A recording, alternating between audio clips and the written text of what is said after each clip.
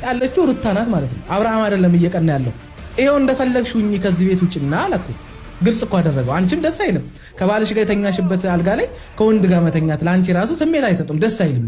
ፈቀደልሽ እኮ እንደፈለግሽ ሁኚ ብሎ ከፈቀደ አንድ ሰው ከዚህ ቤት ውጭ እንደፈለግሽ ሁኚ ብሎ አንድ ሰው ከፈቀደ ምኑን ነው ቀንተነ ሊያስብ አሉታም ማንም አይደለም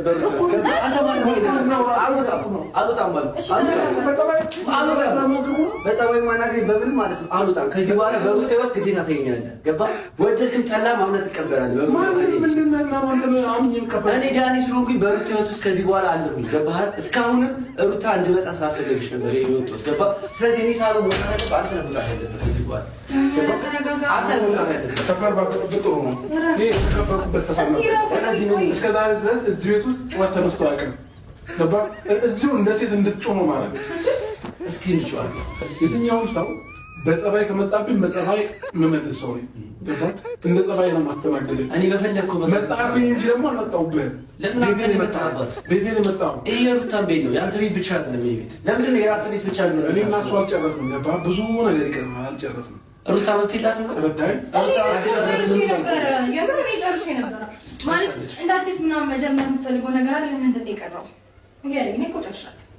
አገርሽብህ እንደ ፍቅር ስታያት እያገርሽብህ ነው እያማረባት ስትሄድ ደግሞ የ5 ዓመት ደግሞ ዱባይ ላይ ለፍታ መጣ። ዛሬ ላይ ምንም የያዘችው ነገር የለምና ሌላም ተጨማሪ ስራ የላትም። ህይወቷን ለማኖር ራሷን ለማኖር አሁን ላይ በጣም ስጋት ውስጥ ነው ያለችውና እንደ ድንገት አግኝተን አሁን ነው የነነ ሄርሚ የሆነ ቪዲዮ ሰርተን ልክ ስንመለስ ነው ያገኘችንና በቃ እኛ ዩቲዩብ እንክፈትልሽና እናስተዋውቅልሽ፣ እኛ ወዲያውኑ ሰብስክራይብ ያደርጉሻል። ከዛም በኋላ ደግሞ የራስሽን ነገር ትሞክሪያለሽ ብዬ ነው አሁን ቪዲዮውን እንትን ያለው ማለት ነውና ይህ የምታዩት ቻናል የሷ ቻናል ነው።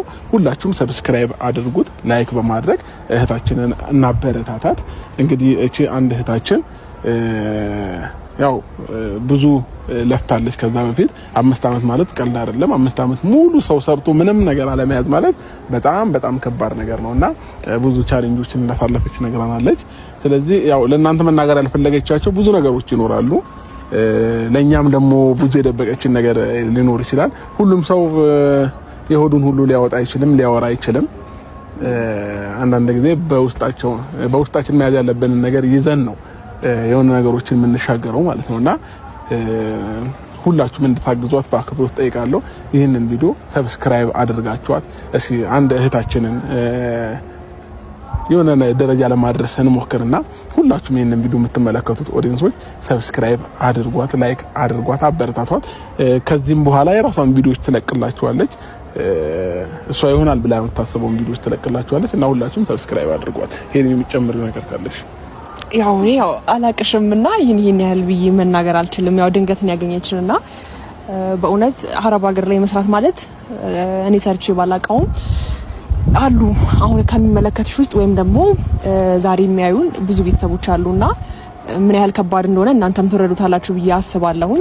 ግዴታ እዛ ህይወት ኖረን ብቻ ሳይሆን ከዛም ውጪ ሆነን ምን ያህል እንደሚከብድ እናውቃለን። ያውም ለሴት ልጅ ቤተሰብ ይለውጣለሁ ብላ ብዙ ነገር አስባ ነው አረብ ሀገር ነው የሄደችውና በዚህ ደቂቃ ውስጥ ስሜቷን ስትነግረን ነው እኔም አብርሃምን ቪዲዮ ደቅነው